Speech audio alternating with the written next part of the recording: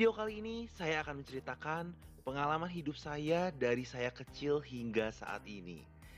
Banyak dari kalian mengenal saya sebagai Just No Limit, seorang YouTuber gaming yang sukses. Namun, sebelum semua ini, saya hanyalah Tobias Justin biasa yang tidak punya apa-apa. Saya pun harus jatuh bangun berkali-kali dalam hidup saya untuk sampai di tahap seperti sekarang ini. Tidak usah berlama-lama lagi, inilah Animate My Life Just No Limit.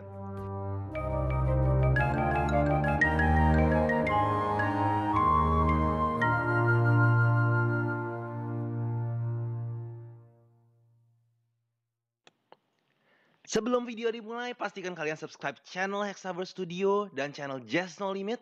Bantu channel saya mencapai 25 juta subscriber pertama dalam kategori gaming. Kita banggakan negara Indonesia tercinta. Saya terlahir pada 5 Februari 1996. Masa kecil saya dapat dibilang cukup menyenangkan, karena dari kecil saya sudah dapat bermain game menggunakan komputer papa saya. Pada saat itu di sekolah, saya adalah anak yang aktif dan bandel. Sampai-sampai guru saya mau memakaikan saya rok. Tapi saat saya masuk ke SD 3, kepribadian saya pun mulai berubah. Saya menjadi anak yang pendiam dan rajin, dan dapat dibilang cukup berprestasi. Saat itu, saya berhasil menang lomba menggambar, mewarnai, dan mengetik. Dan saya pun dapat membuat orang tua saya bangga. Suatu hari, ketika saya menginap di apartemen teman saya, dia mengajak saya ke warnet atau warung internet. Inilah pertama kalinya saya mengenal warnet dan game online. Sejak saat itu, saya sering bermain game di warnet. Dan hampir setiap minggu, saya mengambil paket 10 jam untuk bermain game dari pagi sampai sore.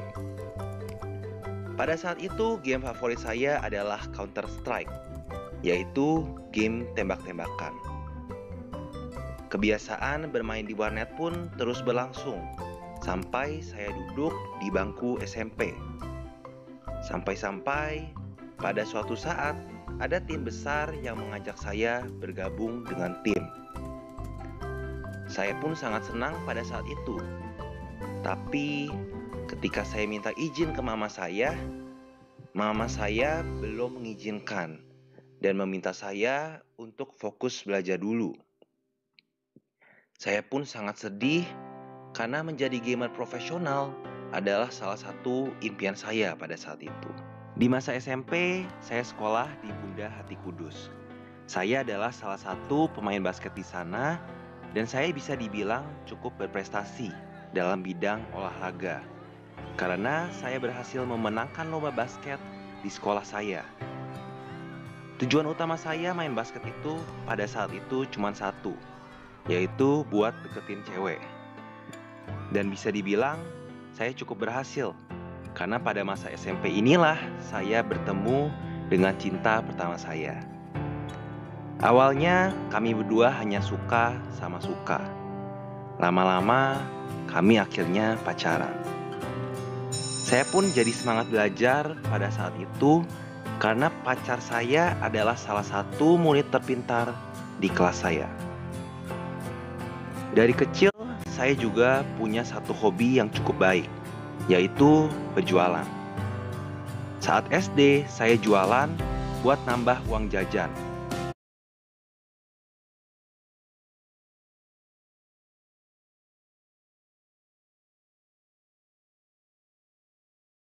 Tapi di masa-masa SMP, saya giat berjualan agar punya uang tambahan buat pacaran. Tapi suatu hari, saya melakukan kesalahan besar. Sifat saya terlalu posesif dan cukup egois pada saat itu, sehingga akhirnya kami pun putus. Akhirnya dengan perasaan sedih dan galau, saya pun memainkan piano dan saya biarkan setiap lantunan nada menggambarkan kondisi hati saya yang sedang bersedih, dan penyesalan saya karena sifat saya yang terlalu posesif pada saat itu. Saya pun mendapat pelajaran berharga, terutama untuk menjadi pribadi yang lebih baik lagi. Masa SMP pun akhirnya berlalu, dan tiba masa SMA. Masa SMA saya tidak seseru masa SMP. Saya menjadi lebih pendiam, dan bagi saya masa SMA adalah masa yang sangat membosankan. Motivasi berjualan saya pun mulai pudar, dan saya tidak begitu fokus jualan. Pada saat itu, saya lebih sering diam di rumah untuk bermain game online seharian. Game yang sering saya mainkan saat itu adalah game MOBA 5 lawan 5, yaitu game Dota. Waktu pun terasa cepat, dan hampir setiap hari saya hanya bermain game sampai larut malam, lalu tidur. Rutinitas itu pun terus berulang selama saya SMA sampai akhirnya saya lulus. Setelah lulus SMA, saya mencoba melamar di Universitas BINUS di bidang IT. Dan saya sangat bersyukur pada saat itu bisa diterima di universitas tersebut. Pada saat perkuliahan dimulai, saya bertekad untuk tidak terus-menerus main game. Dan saya pun mulai berjualan kembali. Saat itu, saya membuka toko online dan menjadi reseller barang-barang murah. Beruntung, pada saat itu ada teman saya yang menjual barang-barang serba murah, sehingga saya pun manfaatkan kesempatan ini. Hampir setiap hari, saya harus pergi ke rumah dia yang jaraknya cukup jauh untuk mengambil stok barang dari dia. Usaha keras saya pun akhirnya membuahkan hasil. Saya mendapatkan penghasilan yang lumayan besar, sehingga saya pun mampu membeli headset gaming yang saya inginkan. Pada waktu itu di kampus, saya pun melihat ada sebuah peluang lainnya. Saya melihat ada teman saya yang menjual voucher aplikasi. Dan sepertinya peminatnya pun lumayan banyak. Saya merasa penasaran dengan voucher itu dan memutuskan untuk mencari tahu lebih lanjut tentang voucher ini. Setelah mencari tahu, saya mencoba menjualnya ke teman-teman dekat dan ke grup-grup di media sosial. Awalnya, emang masih dikit yang beli. Saya pun mencari cara lain dan mencoba memasarkannya ke salah satu platform jual beli. Di sana, saya mendapat respon yang sangat baik.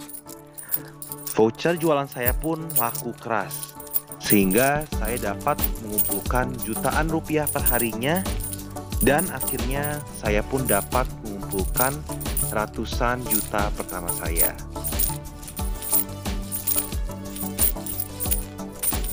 Tapi di balik keberhasilan tersebut ada perjuangan dan pengorbanannya. Saya perlu bekerja keras dan mengorbankan waktu dan tenaga saya. Hampir setiap hari saya harus pergi ke pusat jualan HP terbesar di Jakarta Barat untuk mencari reseller voucher dengan harga termurah. Saya juga harus menyusuri setiap lantainya dan menghampiri dari satu toko ke toko lainnya demi mendapatkan voucher tersebut. Akibatnya, perkuliahan saya pun terganggu. Saya jadi sering kelelahan dan akhirnya tugas kuliah saya banyak yang keteteran. Dan saya pun tidak punya banyak waktu untuk belajar. Sampai-sampai pada akhirnya saya terpaksa mengorbankan perkuliahan saya dan berhenti kuliah. Kesuksesan saya pun tidak bertahan lama, karena pada suatu saat voucher aplikasi tersebut tiba-tiba tidak diproduksi lagi. Saya merasa sangat sedih karena sumber penghasilan saya hilang begitu saja, dan menyesal karena saya telah mengorbankan perkuliahan saya demi mencari uang. Tapi saya tidak mau berdiam diri dalam kesedihan, dan pada saat itu saya pun terpikir sebuah ide lain. Setelah mencari tahu dan meneliti lebih lanjut, akhirnya saya memutuskan untuk mengimpor barang dari luar negeri. Pada waktu itu, saya mengimpor pemutih gigi dalam jumlah yang cukup banyak agar bisa mendapat harga grosir yang murah. Saya sangat bersemangat dan langsung mencobanya. Tapi saat saya mencobanya, lama-lama saya sadar gigi saya tetap kuning. Ternyata saya telah tertipu. Dan akhirnya saya memutuskan untuk tidak menjualnya dan menanggung kerugian tersebut karena saya tidak mau menipu orang lain. Saya merasa pasrah dan kesal. Tapi saya tidak mau hanya menyesali hal yang sudah terjadi. Sehingga sejak saat itu saya pun mulai belajar kembali dan banyak belajar dan membaca buku tentang bisnis dan keuangan. Sampai pada suatu hari ada teman saya yang mengajak saya bergabung dalam bisnis MLM atau kalian kenal dengan multi-level marketing. Awalnya saya ragu karena pada saat itu papa saya pernah tertipu saat bergabung dalam bisnis MLM. Tapi walaupun begitu, saya tetap mencoba memahami sistem dari bisnis tersebut. Pada akhirnya, saya pun memutuskan untuk bergabung. Bisnis ini pun sistemnya cukup adil. Siapa yang lebih giat bekerja, maka penghasilannya pun akan lebih besar.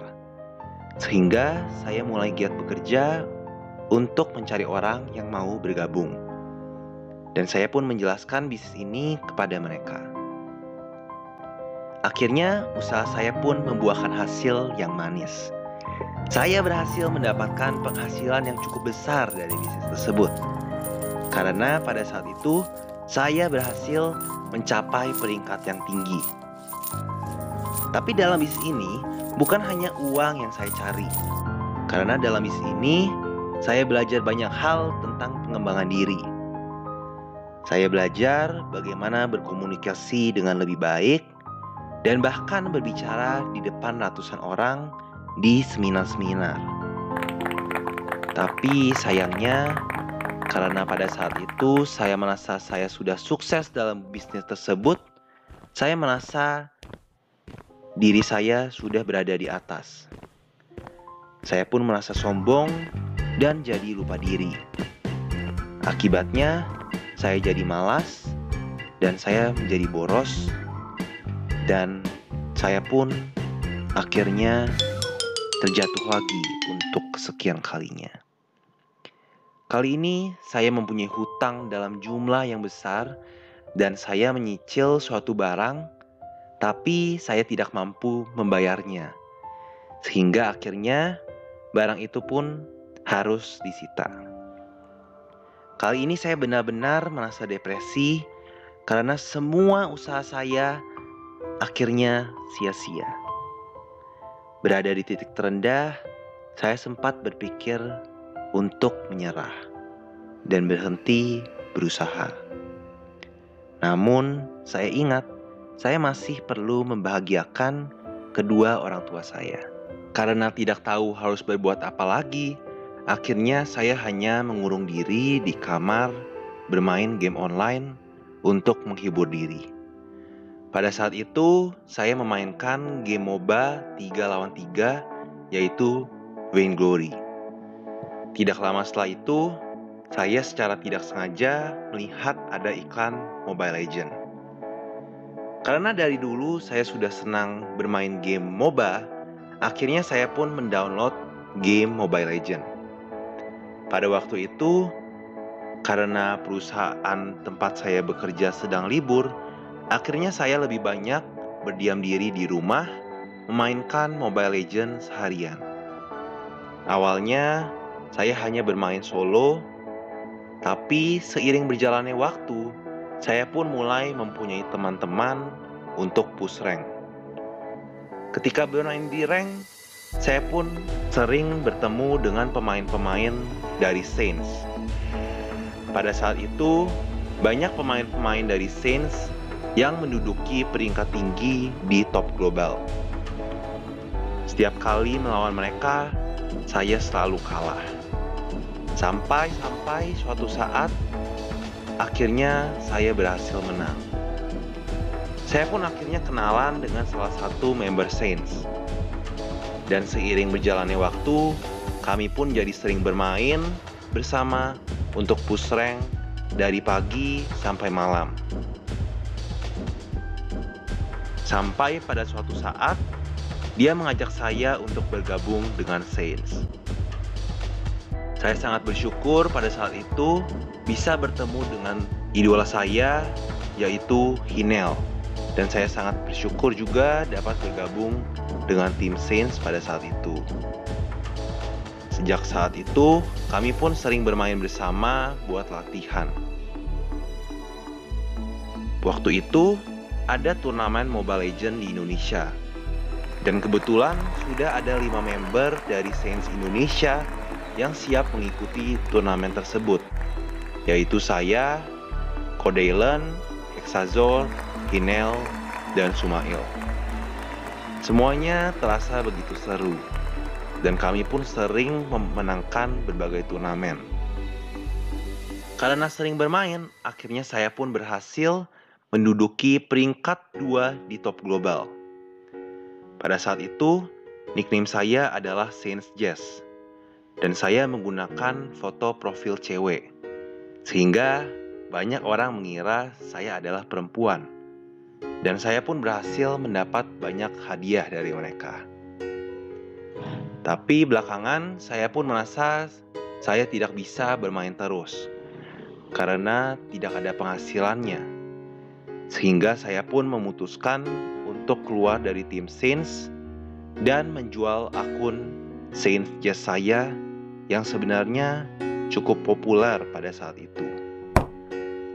Sejak saat itu, saya pun fokus menjadi joki bintang di Mobile Legends.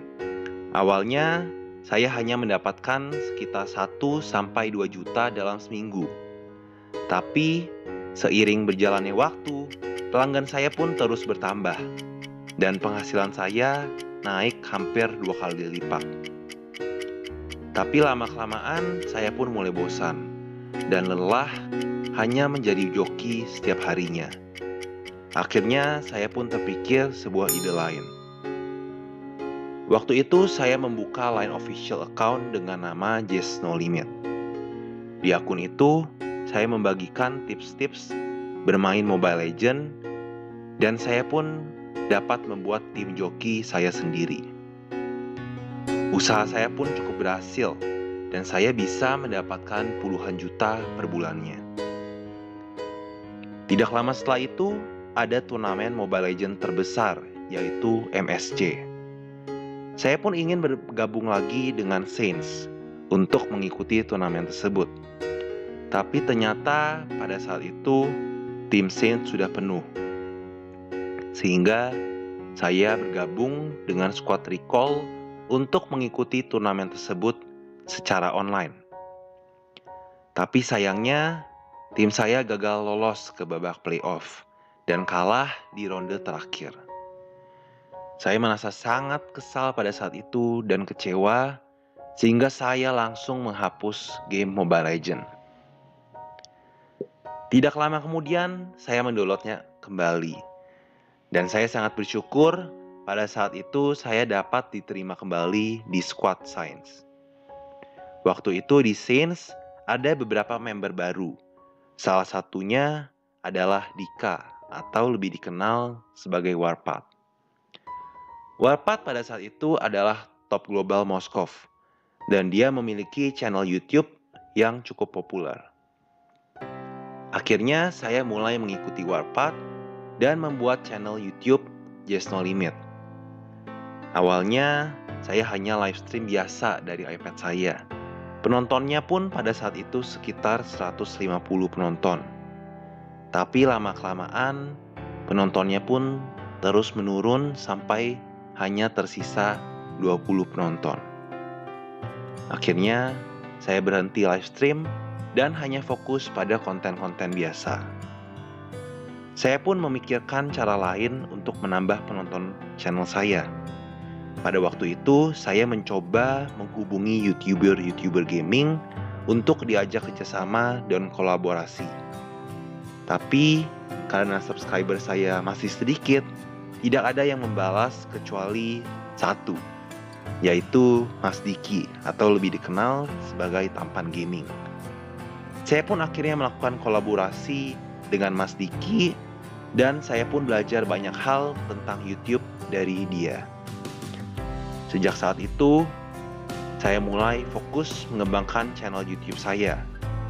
Saya mulai membeli alat-alat rekaman seperti mikrofon, webcam, dan bahkan memperbaiki jaringan internet saya. Saya juga membuat green screen saya sendiri dengan bantuan papa saya. Pembuatan konten kadang-kadang tidak mudah. Butuh waktu yang lama untuk membuat sebuah konten yang menarik. Sehingga saya sering bekerja seharian sampai larut malam, bahkan harus begadang untuk merekam dan mengedit konten. Syukurlah semua usaha saya tidak sia-sia. Seiring berjalannya waktu, channel YouTube saya terus berkembang. Dan ada banyak momen-momen seru yang tidak akan pernah terlupakan bagi saya. Perjalanan saya memang tidak mulus seperti jalan tol. Saya harus jatuh bangun berkali-kali dan bahkan saya perlu waktu lebih dari 3 tahun untuk mencapai hampir 20 juta subscriber seperti sekarang ini. Tapi semua itu sepadan. Di usia muda, saya berhasil menggapai impian saya untuk memiliki mobil sport seperti Ferrari dan Lamborghini. Tapi bagi saya yang terpenting, saya dapat membanggakan kedua orang tua saya. Oke guys, jadi itu dia kisah hidup saya. Jadi buat kalian yang nonton, ingatlah apapun yang kalian lakukan saat ini, jangan pernah menyerah selama kalian suka apa yang kalian lakuin. Dan selalu mencari cara baru sampai kalian bisa menggapai impian kalian itu. Jangan takut melangkah dan jangan takut gagal. Karena kalian itu tidak pernah gagal selama kalian terus mencoba. Be yourself and never surrender. Saya Just No Limit, saya undur diri.